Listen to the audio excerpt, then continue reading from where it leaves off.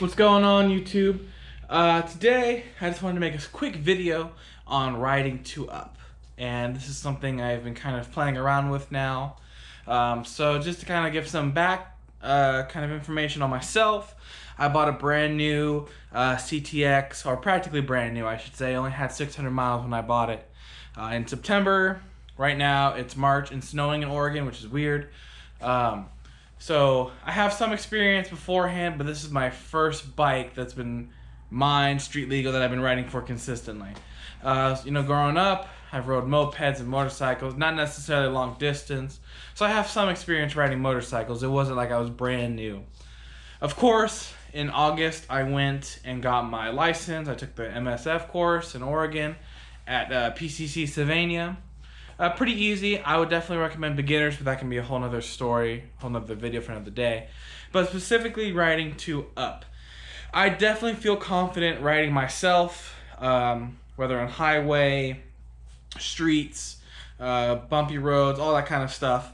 But when you add a passenger, it completely throws everything off. And what I mean by that is the weight distribution. You feel the weight of the motorcycle having to work harder. The takeoff speed. I know that's not the exact correct terminology, but accelerating definitely does not is not as fast as it is when you're by yourself.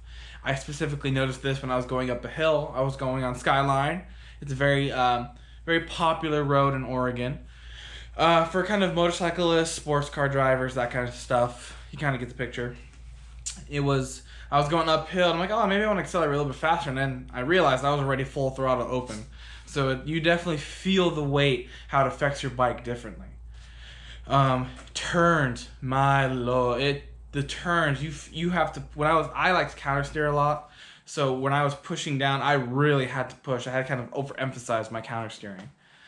So riding 2-up, definitely it was a fun experience though. It was quite stressful the first couple of times. I started off in the neighborhood just kind of doing laps, working on my starts and my goes, working on corners, and you definitely practice it before you go out. Don't just kind of get on the bike and run out there for a long trip. Definitely practice a little bit beforehand. And something for myself that I did is the person that I was riding with, I kind of talked to them about what riding a motorcycle feels like, how the gears shift, how when I'm turning I lean, so the motorcycle will lean. And that just kind of gives them kind of a mental space to prep, so they can see a turn coming up. If they're watching, oh, I know this person's going to lean this way. So it kind of helps them not feel like they're completely out of control. And if they get motion sickness, that kind of helps them too, because they can kind of think of it down the road. Kind of preventative measures, I should say. Another thing I was going to talk about, or something I brought up with my passenger, is ways to communicate. Since they're not someone that naturally rides a lot, and we didn't have an internal communication system, we kind of figured out taps. So if they needed a break, if they needed to get off, go to the bathroom, we were able to communicate. So these are all kind of nice, important things to talk about before leaving on your ride. Another thing for myself is before I left, I kind of did like a basic one-on-one of my motorcycle. So I kind of pointed out to them the safety grips, where they can hold, where they can lean, what not to do. Obviously, that should kind of be an easy one to talk about. And just how to be a good passenger. And then for me, I was, do you have any questions? And that sort of stuff. But I just wanted, it was an interesting experience to ride 2-up, because it kind of opened my mind up to how riding with someone on the back really throws off everything about the motorcycle. I will admit I was a little nervous at first. Specifically when I was going slower, which every motorcyclist knows, it's harder to go slower than it is faster. Anyone can hop on the highway and go 80 miles an hour, but doing like a U-turn or any kind of fast, short turns, it can be difficult. It was just, I'm just thinking about it because I'm actually going to post a video of our trip to Skyline, where you might be able to hear the conversation with me and my passenger.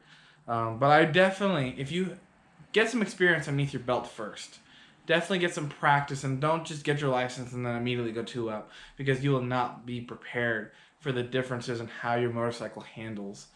I know for me, I definitely warmed up to the idea first. We talked about it a couple of times, did a couple laps, and then we went off. But I just wanted to kind of throw out a video of kind of my experience, how it was.